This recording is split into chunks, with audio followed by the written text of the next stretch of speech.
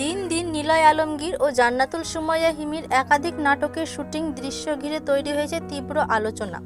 সামাজিক যোগাযোগ মাধ্যমে ছড়িয়ে পড়া কিছু ভিডিও ও ছবি দেখে অনেকেই প্রশ্ন তুলেছেন, নাটকের নামে কি সীমা ছাড়িয়ে যাওয়া হচ্ছে? এই পরিস্থিতিতে সবচেয়ে বেশি আলোচনা এসেছে নিলয় আলমগীরের স্ত্রী জান্নাতুল সুমাইয়া হিমির বিষয়টি। শোনা যাচ্ছে, হিমি বর্তমানে যেসব নাটকে অভিনয় করছেন সেসব কন্টেন্ট নিয়ে আপত্তি জানিয়ে শাস্তির দাবি উঠেছে বিভিন্ন মহল থেকে। দাবি করা হচ্ছে, এই ধরনের দৃশ্য পরিবার ও সমাজে নেতিবাচক প্রভাব ফেলেছে।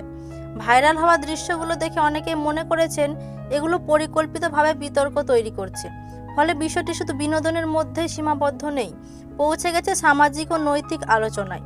এদিকে এই প্রসঙ্গে অভিনেতা ডিপজল মুখ খুলেছেন বলে জানা গেছে।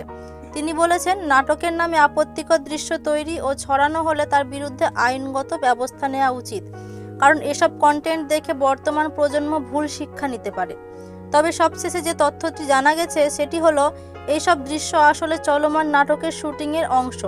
এগুলো কোনো বাস্তব ঘটনা নয়, বরং গল্পের প্রয়োজনে ধারণ করা দৃশ্য। নির্মাতা পক্ষের দাবি অনুযায়ী বিষয়টি অতিরঞ্জিতভাবে উপস্থাপন করা হচ্ছে সামাজিক মাধ্যমে। সব মিলিয়ে বলা যায়, নাটকের কন্টেন্ট নিয়ে বিতর্ক থাকলেও বাস্তবতা যাচাই না করে সিদ্ধান্তে পৌঁছানো ঠিক নয়। আপনার মতামত কি? কমেন্টে জানাতে ভুলবেন না। ধন্যবাদ।